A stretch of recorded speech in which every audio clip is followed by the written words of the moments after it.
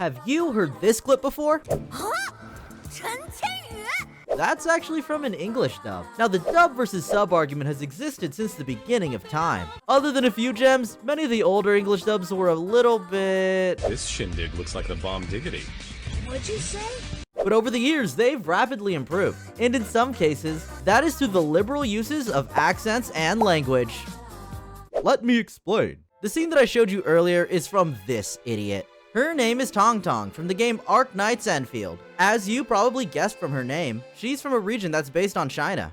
And this is not an isolated case. Fratello, non potresti essere come l'Enmin?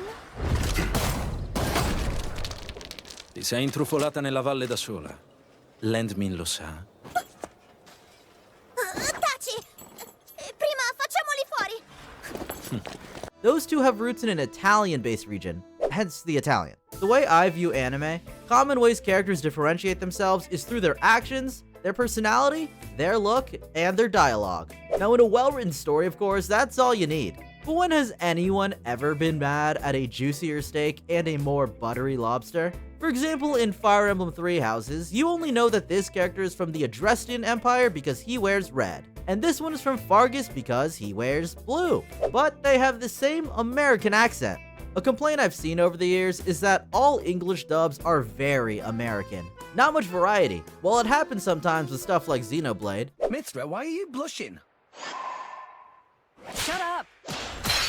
it was definitely not the norm. And even rarer were straight up other languages. I argue that these are more tools that authors and directors can use to further personify their characters. If the two existing layers of strictly voice acting are dialogue and tone of voice, adding two more in accents and language doubles that complexity. The reason I opened this video with Arknights Endfield is because its parent game is a curious case study about where this was all done from the start. The original Arknights came out on January 16th, 2020, but it only had a Japanese dub at first. But on June 30th, 2022, they started slowly adding batches of English voice acting. What's interesting about this is that rather than only using the established well-known voice actors, they featured many lesser-known voice actors from the UK, such as Emma Ballantyne, for the main character Amiya, here. and Swire. Beatrix Schweier. By lesser-known, I mean relative to, say, Yuri Lowenthal. You actually probably know her from later playing Juna in Metaphor Re Fantasia. I call upon a royal soul! That game is another example of fantastic English voice acting, elevated by its variety of European accents. Take Stroll's incredible awakening, for example. My name is Leon Stroll de Halliatus. My home and my family were taken from me. I am the last of my house. I am the last of my noble bloodline. And in the name of my people, I will strike you down where you stand!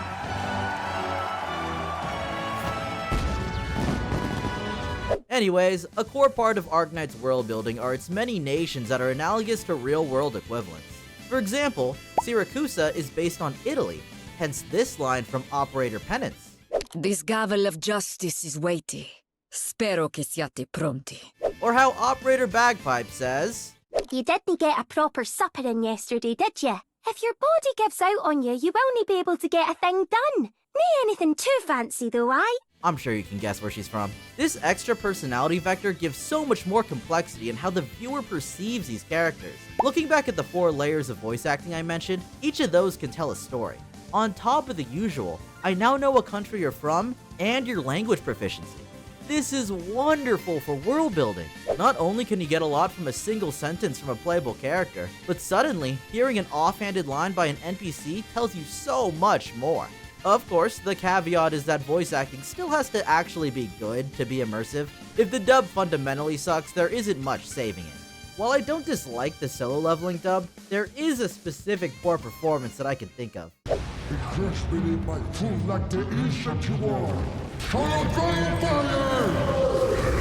That's not great. If anything, the accent here actively hurts this scene. It is very out of place. The quality of the dub still has to be there.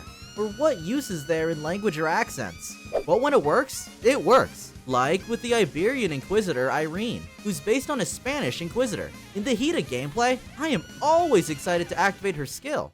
My sword will respond the instant I spot the movement. My eyes will find the truth. My blade will cleave the ties. My light will purge the vice. My heart will be the judge. A better quality English dub that invokes the desire to hear a character's lines when selected goes a long way, and an accent can only help. I always think of Fire Emblem Echoes Shadows of Valentia for that in-combat feeling. I adore the voice acting in that game. I alone will decide who I choose to worship. But I can promise you one thing, it certainly won't be you! Brilliant performances, but it did leave me wondering if it could have further leveled up. Don't get me wrong, it's amazing as is, but in games with the political dynamic of differing nations, there's an additional possible world building that could be done with just the voices alone. Oh, and by the way, this isn't just specific to English dubs. When I say that, I don't mean the common English chant like you always hear in a Japanese dub.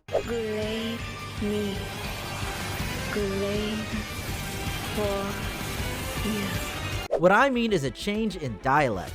A good example of this was pointed out by Agar on Twitter, where in the CN dub, the character Shu uses a dialect different from the standard media representation. I'm clueless personally, so feel free to pause if you'd like to read this. Real quick to cap this off, I want to bring up the rise of these voice actors themselves.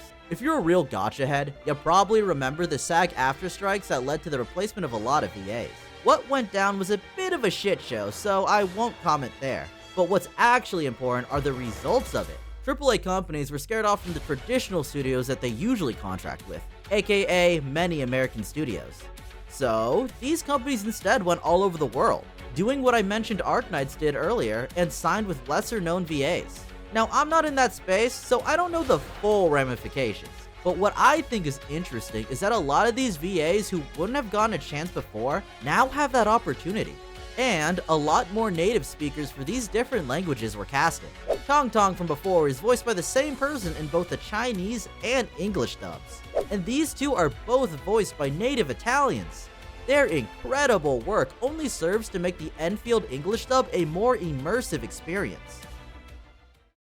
That's all I had to say on that. But let me know about other characters in games or anime that also do a great job utilizing accents and language in the comments below.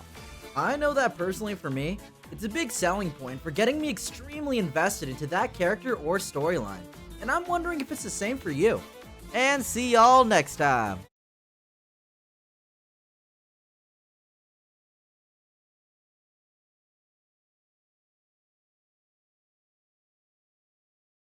Lemons.